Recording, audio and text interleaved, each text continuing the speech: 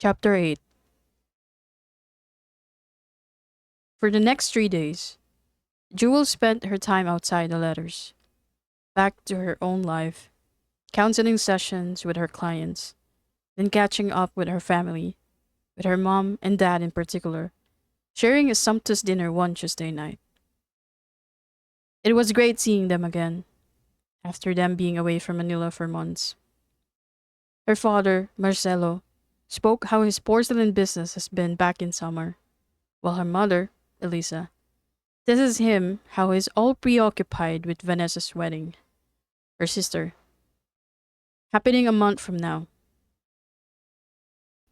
Jewel guiltily went silent hearing them discussing about it, forgetting she promised her sister she'd be there with her, either in spirit and in the preparation. She knows her mind weren't any among the preparations. They were all suddenly glued to Philip's.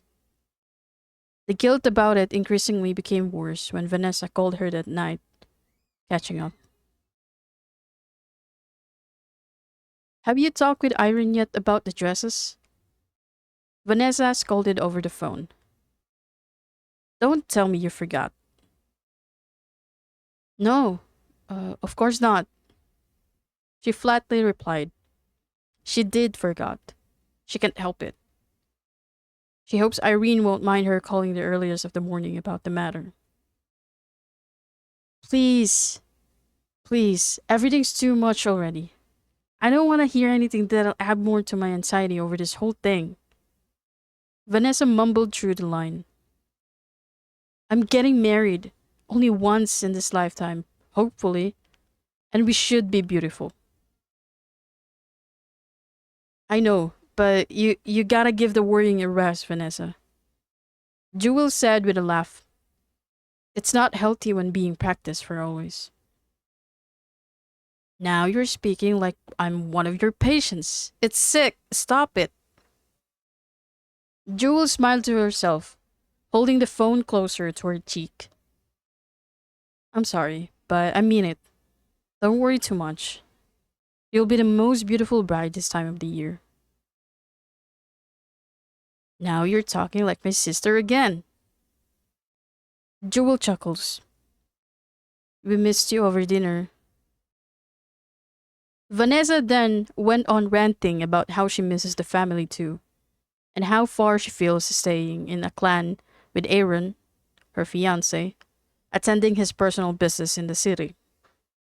Before she go furthermore with all the wedding ramblings, Jewel had to excuse herself and asked to call it a night.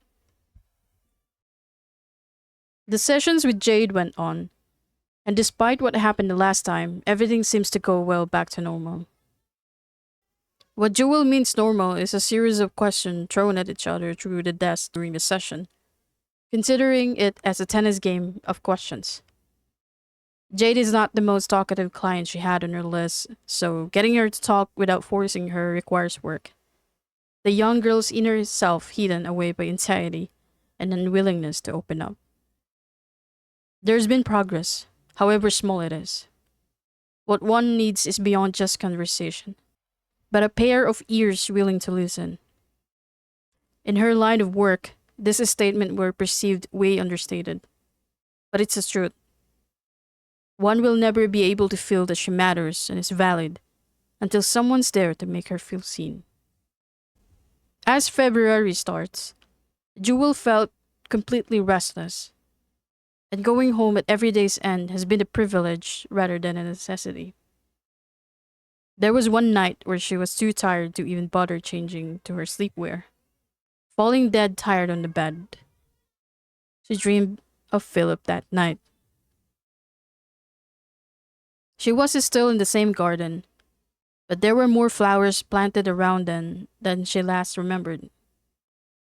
She strolled around, each step a bit larger than previous ones, and she finds herself stopping again at the same bench, and Philip was there.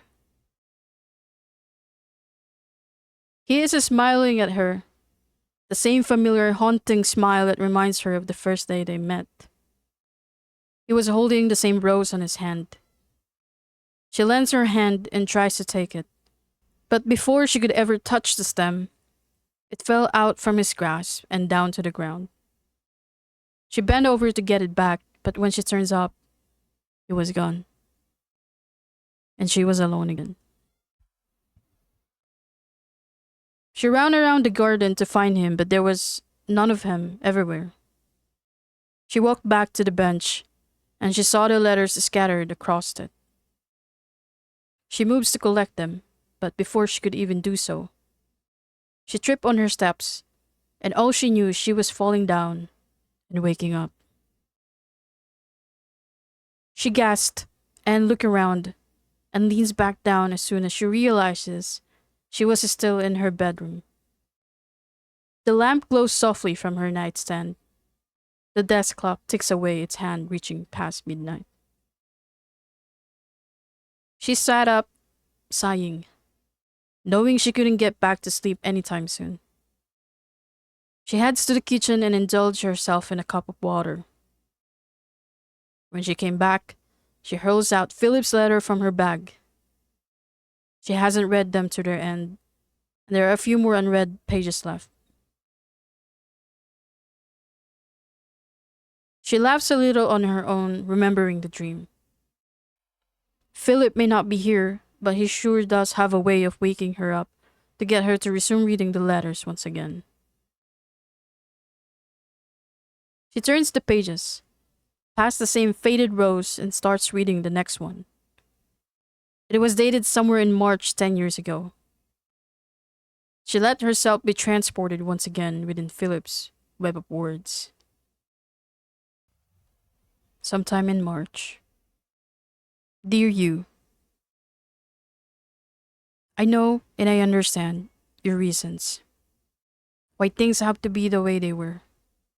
Why some things are not meant to be. Why can't we be us? And why I can't let you know that I'm clinging to the hope that someday, somewhere, I'll find a way to stay in your heart. Whatever it is that your heart is going through, I'm wishing for it to be healed, so that you could love yourself once more. That's all. What I feel for you doesn't matter anymore, for I am a friend of yours and I will always be. I just want to let you know that I'm always here for you. But don't get me wrong, yes, I've been hurt. When you told me indirectly that there are things that cannot be, and someone will come for me, the one that I really deserve, the one that is really meant for me. You told me that the pain will fade away, and I hold on to that idea. Yes, it will fade. Hopefully in time. It will, and it will be just a beautiful memory I will keep within me by the time our worlds will go on differently and away from one another. I'm planning to write you a last letter, the one where I would put all into a stop. A letter that would sum up everything, every beautiful thing that happened to me this year, that someone like you happened to me. Yet I don't know if I'm ready for that, or will I be ready? For a farewell letter you could never read hurts me more than the realization that I can't send them to you and be forever ignored. I like you, and that's the thing I would not regret for the rest of my years, even for the rest of my life. I know someday I would have to say goodbye, but not to you, but to the feelings and the memories associated with it. I know someday we'll meet again, and we would just be friends who believed they couldn't be more than that. We would just be souls that wondered, souls that learned things around, souls that has crossed paths, but souls that has never been together. Not in love, not even the purest sense or form of admiration, but only friendship. How can I even talk about writing a last letter when I can't seem to stop writing about you? Sincerely, me. March 28th. Dear you, today is your graduation day, and I've watched you up that stage wearing that nice black suit and Well, that smile. It was grand. It was great. Seeing you there while I hurt my hands from clapping, hearing your name out of the hundreds that's been called. I couldn't be happier, even though I was not able to get a hold of you for a photograph. I'm so proud of you. I think I've told you this enough. I'm proud of the things that you will become, of the good things that you will yet contribute to the field you're going to spend the next few years of your life learning and growing. Congratulations. There has never been a nicer word than congratulations. I'll write more until I can't write anymore.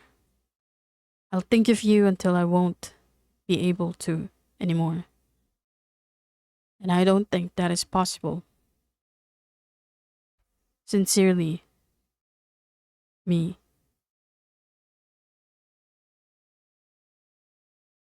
Sometime in April. Dear you, last week I was invited to a friend's graduation party. I met some people, new people, and I really had a great time ahead. And then there's this one girl. She's my friend's cousin, and I got to chat with her for a few minutes. Her smile reminds me of yours. I was engrossed at how she talks so interestingly about her dream job and all. That I didn't know we were left alone by most, and only then I know she was flirting with me, and everyone knows it. And, of course, I'm the clueless one. I tried to keep it cool. We were somehow drunk already. I've drunk too many, but when she took my hand with hers, I felt I was awakened suddenly. I excuse myself out as politely as I can and go find a comfort room, just to avoid the situation and her at all costs. I felt bad, really. I felt bad that I'm betraying you, just talking to her. But there's a side of me that tells me we're not a couple, or we don't have something for me to feel guilty as I am. Yet still, I find it oddly inappropriate to be talking to another. I don't know why. It just felt odd. I bid her goodbye as soon as I leave the party.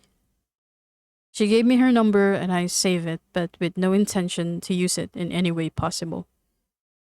She must have asked for my friend for my number because I've received messages from her a few days later. I couldn't bring myself to write back. As you know me, I rather write letters than texts, even how out of the world I feel most of the time. I'm sorry I had to tell you this,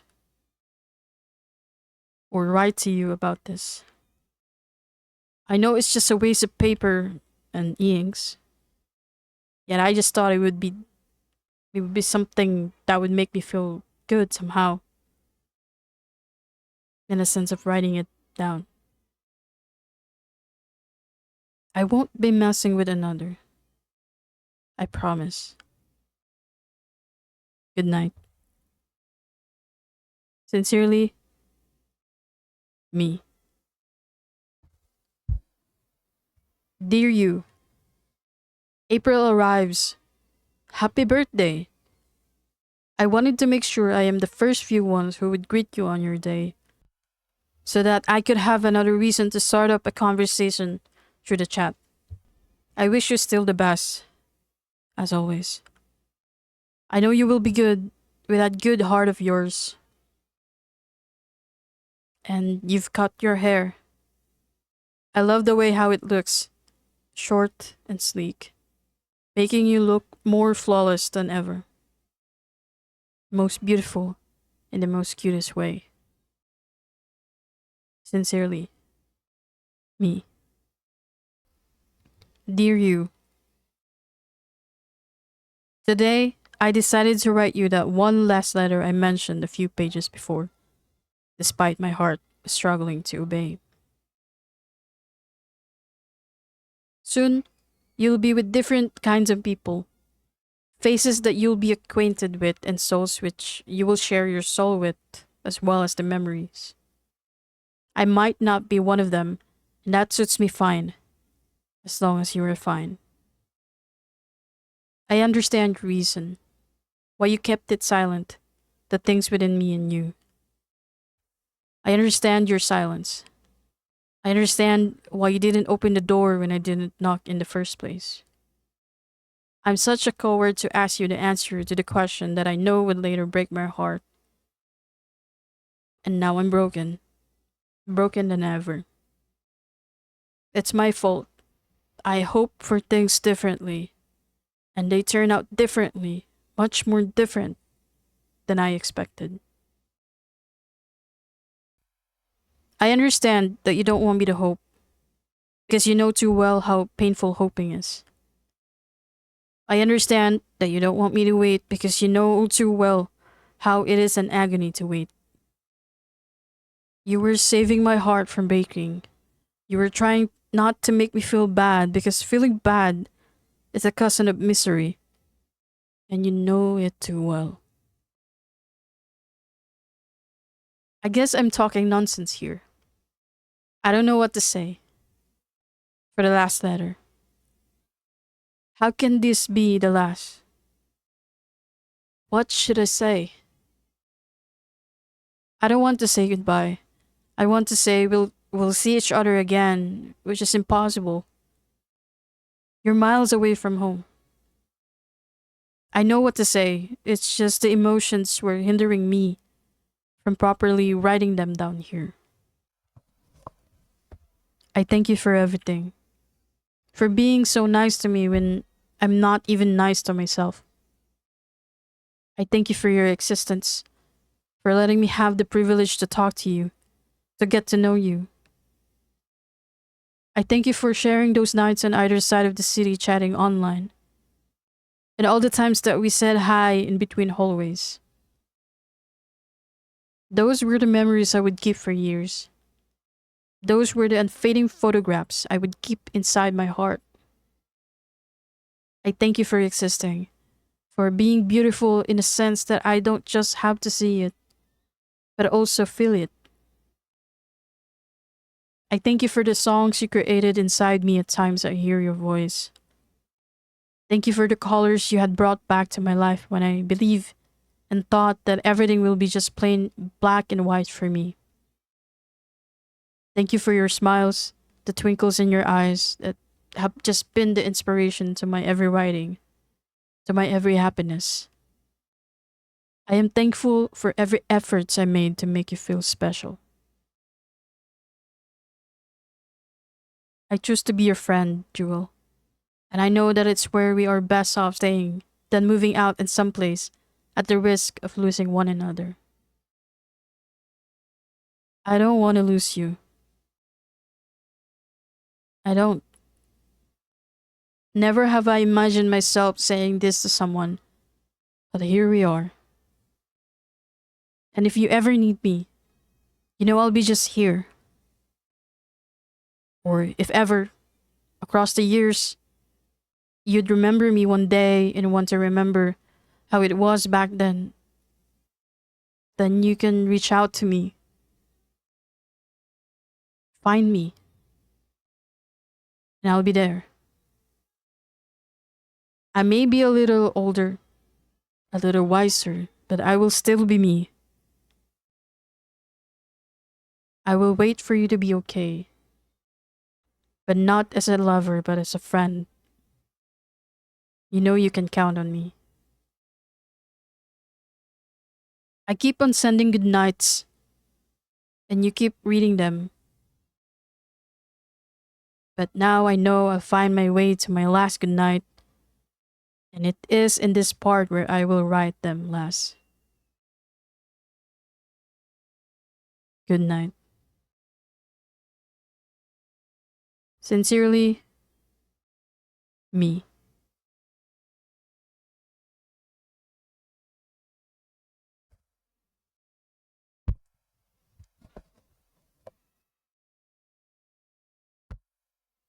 Wiping her silent tears away, Jewel softly closes the last letter and presses it next to her chest.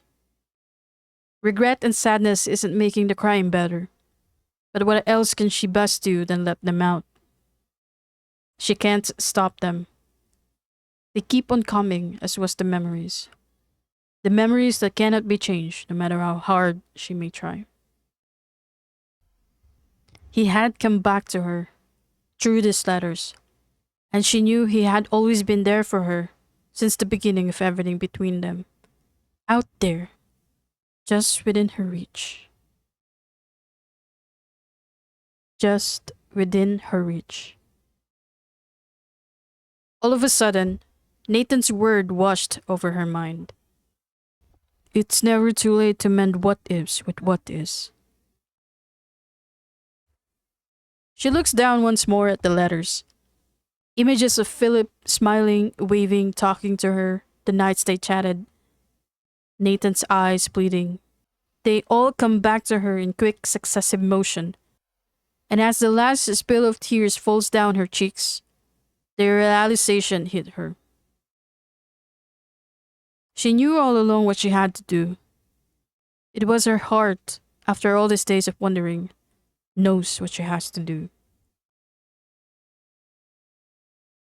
The next morning, she called Nathan, and she finally had the bravery to ask him the question she knows he'd been waiting to hear. Where do we start? And even if he's on the other line, Jewel can sense Nathan smiling. And with this thought, she can't help but smile back.